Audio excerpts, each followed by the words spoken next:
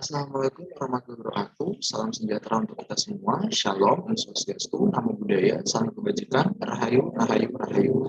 Sebelumnya, perkenalkan, nama saya adalah Arif Rizky Putrananda dengan NIM 0820 11633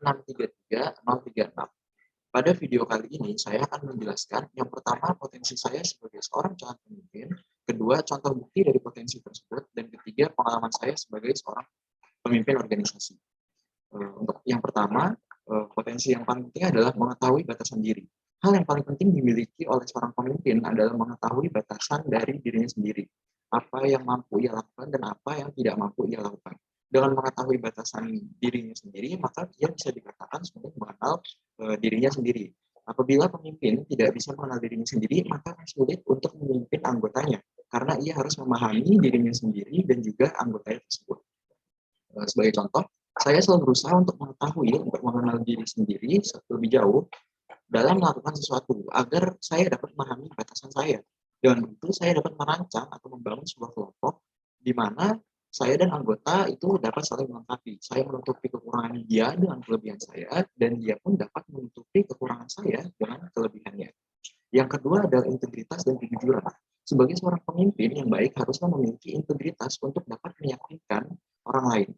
Tindakan atau sikap dari seorang pemimpin biasanya akan dijadikan contoh atau acuan oleh anggotanya. Maka dari itu, apabila seorang pemimpin tidak memiliki integritas, akan menimbulkan kecurigaan dari anggotanya dan membuat anggotanya tersebut tidak percaya dengan apa yang dikatakan atau diucapkan oleh pemimpinnya.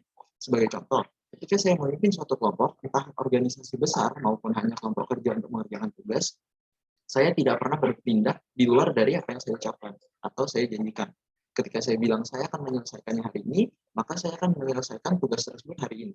Ketika saya bilang akan bekerja dengan serius, maka saya akan bekerja dengan serius. Sehingga hal tersebut akan menimbulkan kepercayaan dari anggota saya terhadap saya.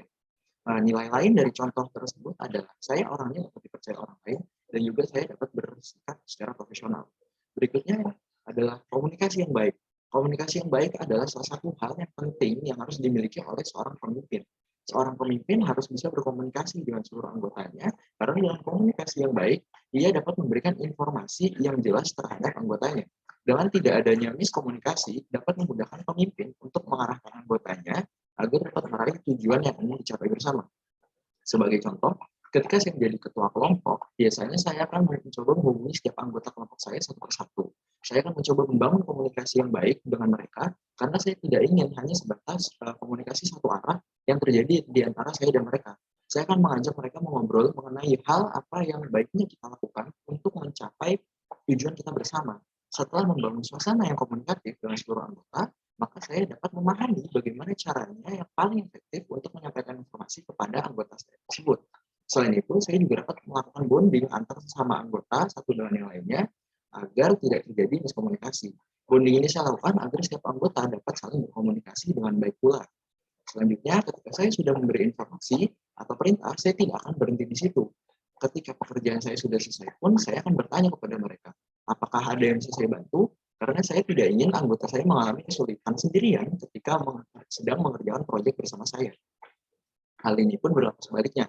Ketika saya mengalami kesulitan, biasanya saya akan dihubungi atau menghubungi anggota saya. Karena saya yakin bahwa anggota saya dapat diajak untuk bekerja sama dan memberikan pendapat yang baik kepada saya. Nilai lain dari contoh ini adalah saya dapat bekerja sama, saya dapat memahami orang lain, dan saya sangat membantu orang lain. Berikutnya adalah dapat mengambil keputusan. Sebagai seorang pemimpin, pastinya sering mendapatkan pilihan-pilihan yang sulit. Namun sebagai pemimpin, tetap saja kita harus memilih salah satu dari sekian banyak pilihan tersebut. Namun, pilihan tersebut dapat memiliki dampak buruk terhadap pemimpin tersebut maupun terhadap organisasi yang sedang dipimpinnya. Nah, di sini pemimpin harus bisa mengambil keputusan yang baik agar pilihannya tidak memiliki dampak buruk yang banyak, baik terhadap dirinya maupun terhadap organisasi yang sedang ia pimpin. Sebagai contoh, ketika saya menjadi ketua sebuah acara, saya pernah mengalami sebuah pilihan di mana saya harus merombak ulang rancangan acara dengan deadline pekerjaan sekitar 2 hari, atau saya harus mengatasi bagaimana caranya untuk menutupi kekurangan dari acara tersebut. Nah, pada acara tersebut sudah saya rancang bersama tim saya sekitar seminggu yang lalu. Nah, hal ini terjadi ketika pembina acara secara tiba-tiba ingin merubah konsep total dari acara tersebut. Di satu sisi, saya tidak ingin anggota saya merasa kelelahan karena harus merancang ulang dari acara tersebut. Nah, tapi di satu sisi, saya tidak ingin acara yang sudah saya rancang tidak disukai atau tidak disetujui oleh pembina saya. Nah, akhirnya saya memilih untuk mengubah konsep acara tersebut, namun masih dengan tujuan yang sama dan dengan anggaran yang sama. Karena di sini hal yang paling sulit dilakukan dalam merancang suatu acara menurut saya adalah mengalokasikan anggaran yang sudah diberikan. Nah, untuk mengubah konsep tersebut, konsep acaranya, saya dan tim dapat menyelesaikannya dengan jangka waktu kurang dari 2 hari, dan acara tersebut disetujui oleh pembina acara kami. Nilai lain dari contoh ini adalah saya dapat berpikir kritis dan dapat mencari jalan tengah. Berikutnya adalah percaya diri dan optimis. Percaya diri dan optimis bagi seorang pemimpin haruslah dimiliki oleh pemimpin tersebut. Jadi pemimpin tersebut harus memiliki percaya diri dan sikap optimis. Kenapa? Karena sifat optimis dapat memberi dorongan kepada dirinya dan anggotanya untuk selalu melihat hal yang baik dari berbagai macam hal. Sedangkan rasa percaya diri akan memberikan pemimpin tersebut rasa untuk menjadi lebih berani dalam menghadapi berbagai hal. Dengan kedua sifat ini dapat membuat seorang pemimpin lebih bisa diharapkan oleh anggotanya. Contohnya, ketika saya menjadi seorang ketua dan dihadapi oleh suatu hal yang membuat tim saya bimbang, seperti ketakutan apakah acara akan berjalan dengan lancar atau tidak, apakah acara sudah sempurna atau belum, ataupun apakah acara akan disetujui oleh pembina ataukah tidak. Saya akan selalu meyakinkan seluruh tim saya bahwa semua akan berjalan baik-baik saja, semua akan berjalan sesuai dengan yang direncanakan.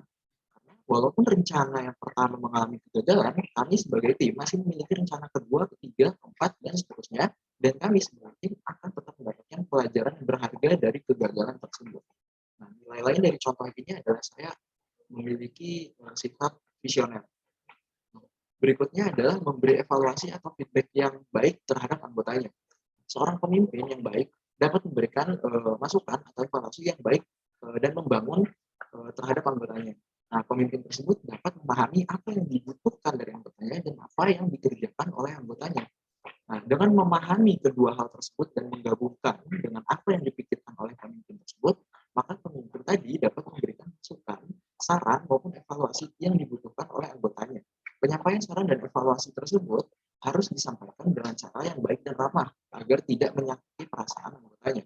Selain itu, pemberian evaluasi dapat dilakukan dengan cara membimbing anggota atau timnya menuju tujuan yang ingin dicapai bersama.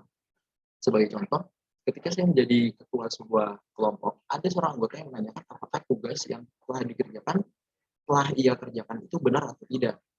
Nah, saya meminta anggota tersebut untuk mengirimkan hasil pekerjaannya kepada saya. Setelah saya lihat, ternyata hasil yang ia kerjakan sedikit melenceng dengan apa yang saya dan tim harapkan atau inginkan. Nah, saya pun memberikan pujian terlebih dahulu dengan apa yang sudah ia kerjakan, saya berikan dia apresiasi, namun tetap memberi masukan dengan bahasa yang baik. Saya pun memberikan arahan secara bertahap agar ia tidak melakukan hal yang sama kembali. Dengan begitu, ia pun mendapatkan hasil yang sesuai dengan apa yang saya dan tim inginkan. Nilai lain dari contoh ini adalah saya dibilang baik dan ramah serta dapat membimbing orang lain. Nah, yang poin terakhir adalah pengalaman saya dalam memimpin organisasi ada beberapa ketika saya masih di SMA, sekolah menengah atas, yakni menjadi ketua bidang OSIS, menjadi ketua bidang ekskul rohis, menjadi ketua bidang ekskul kir, menjadi ketua 2 organisasi youth movement yang dibina oleh United Rector, menjadi ketua sementara sekaligus pendiri ekskul fotografi, menjadi ketua acara Hari Kartini, menjadi ketua acara bulan bahasa dan juga ulang tahun sekolah, menjadi ketua bidang acara kelas meeting sekolah, menjadi ketua acara Nikon Goes to School yang dibina oleh Nikon, menjadi ketua acara pelatihan desain grafis dan public speaking sekolah yang dibina oleh kursus eksternal. Sekian dari saya, kurang lebihnya mohon maaf. Terima kasih atas perhatiannya. Wassalamualaikum warahmatullahi wabarakatuh.